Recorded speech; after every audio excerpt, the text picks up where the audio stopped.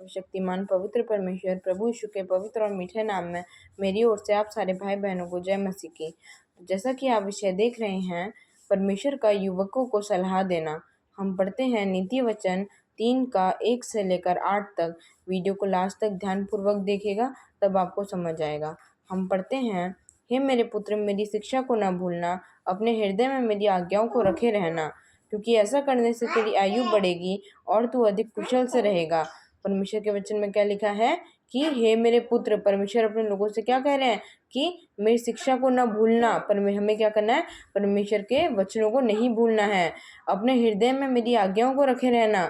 हमें क्या करना है? अपने हृदय में परमेश्वर की आज्ञाओं को रखे रहना है, क्योंकि ऐसा करने से क्या होगा? हमारी आयु बढ़ेगी और हम अधिक कुशल से रहेंगे। आगे पढ़ते हैं, कृपा और सच्चाई तुझसे अलग न होने पाए, वरन उनको अपने गले का हार बनाना और अपने हृदय रूपी पटिया पर लिखना।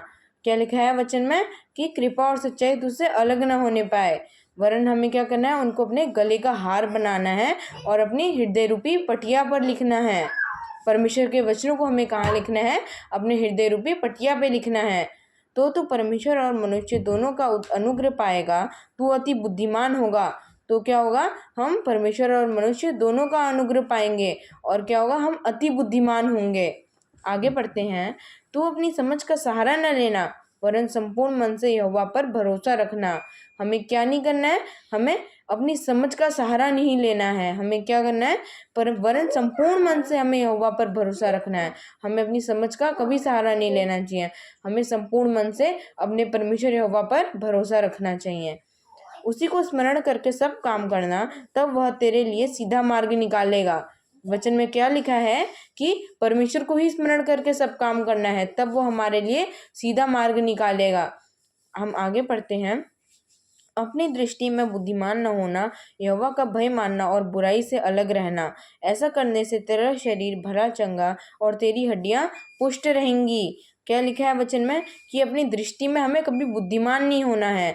हमें हर समय यहोवा का भय मानना है और बुराई से हमें हमेशा अलग रहना है, क्योंकि ऐसा करने से हमारा शरीर भला चंगा और हमारी हड्डियां पुष्ट रहेंगी। इसीलिए हमें क्या करना है कि कभी अपनी समझ का सहारा नहीं लेना है।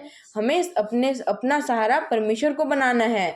अपने परमेश्वर यहोवा को ही हमें अपना सहारा बनाना है। चाहे हम हर काम करें, कुछ काम करें, हमें परमेश्वर का नाम लेकर हर काम करना चाहिए, क्योंकि तब वह हमारे लिए हर काम में सीधा मार्ग निकालेगा।